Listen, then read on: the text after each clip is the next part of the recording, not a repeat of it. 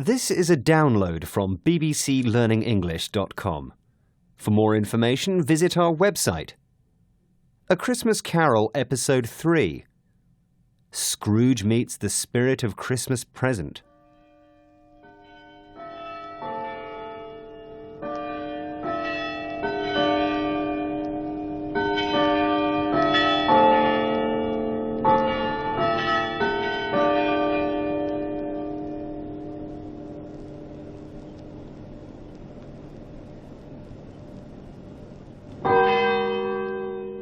Ebenezer Scrooge woke up just before the clock struck 1 again. He was ready for the spirit of Christmas present. This time, he met his guide in the next room, which looked very different from usual. It was decorated with holly and other plants. On the table, there was a lot of delicious Christmas food like turkey, cake, fruit. Scrooge talked to the ghost. Spirit, take me where you like. Last night I learnt a lesson. Tonight, if you want to teach me, let me profit by it. Oh, that's not the Scrooge we knew before. No longer arrogant. Well, the spirit took Scrooge to the edge of the city, where his clerk, Bob Cratchit, lived. The man entered his humble home, carrying a little boy who had a crutch and iron round his legs. His wife was preparing the meal. How did Tiny Tim behave at church, Robert? Oh, as good as gold. He told me on our way home that he hoped the people noticed him in the church because he's disabled. It might be good for them to remember on Christmas Day our Lord, who made lame people walk and blind men see. Tiny Tim was a sweet little boy who knew the meaning of Christmas. But he was very sick. Scrooge felt sorry for him and asked the spirit what was going to happen. Spirit, tell me if Tiny Tim will live. I see an empty seat in the corner and a crutch without an owner. If things don't change in the future, the child will die. No, kind spirit, say he'll live. If he's going to die, he should do it and decrease the surplus population.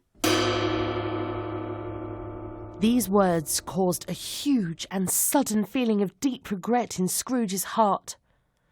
That was exactly what he'd said earlier to the gentleman who had asked for a donation to help the poor.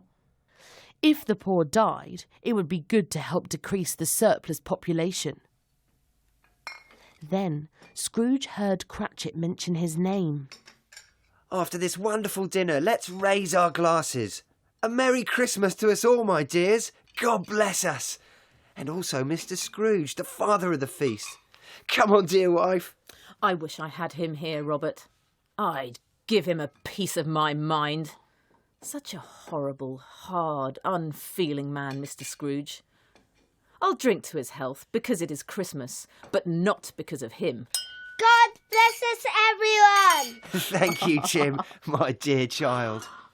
There was no doubt Scrooge was the monster of the family.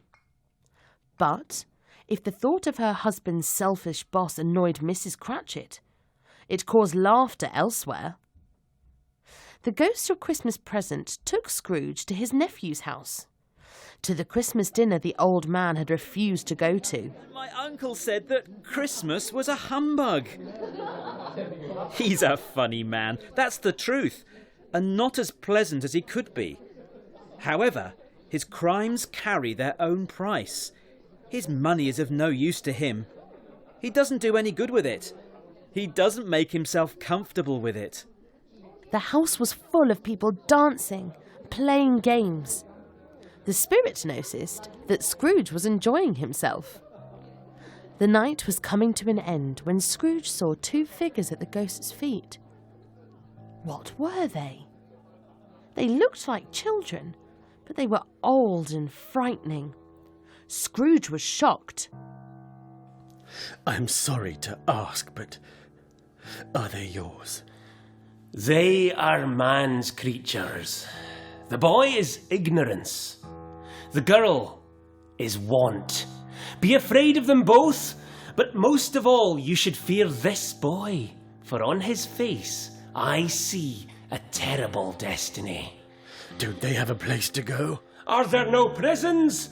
Are there no workhouses?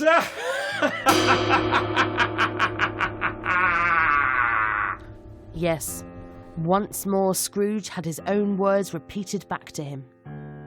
He had always thought the poor had prisons and workhouses to go to, hadn't he? Eat your words, Mr. Scrooge. Well, the bell struck 12. And that was it for the Ghost of Christmas Present. He disappeared. But the third spirit was coming. You'll hear about it next time.